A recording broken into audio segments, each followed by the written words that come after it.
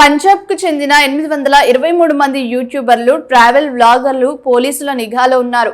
పాకిస్తాన్కు సంబంధించిన కంటెంట్ ఉన్న పొరుగు దేశాల్లో ఎక్కువ మంది ఇష్టపడే యూట్యూబర్లు, ట్రావెల్ వ్లాగర్ల పేజీలను పోలీసులు ఇప్పుడు దర్యాప్తు చేస్తున్నారు.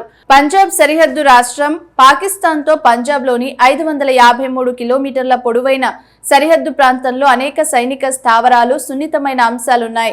వీటి గురించి సమాచారం బయటపడితే జాతీయ భద్రతకు ముప్పు వాటిల్లవచ్చు. అందుకే పోలీసులు ఈ యూట్యూబర్లు, ట్రావెల్ వ్లాగర్లను వారి స్థాయిలో విచారిస్తున్నారు. ఈ ఏడాది ఏప్రిల్ 10 వరకు పంజాబ్ పోలీసులు 121 సోషల్ మీడియా ఖాతాలను బ్లాక్ చేశారు. ఇవి విదేశాల్లో ఉన్న గ్యాంగ్స్టర్ల మధ్య డేటా షేరింగ్, కమ్యూనికేషన్, వారి నెట్వర్క్ కు సంబంధించిన పోస్టులకు మాధ్యమంగా పనిచేస్తున్నాయి.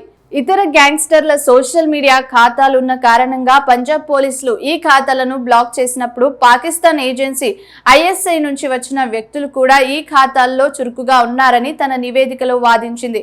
గత సంవత్సరం పంజాబ్ పోలీసులు గ్యాంగ్స్టర్లతో ముడిపడి ఉన్న 483 సోషల్ మీడియా ఖాతాలను బ్లాక్ చేశారు.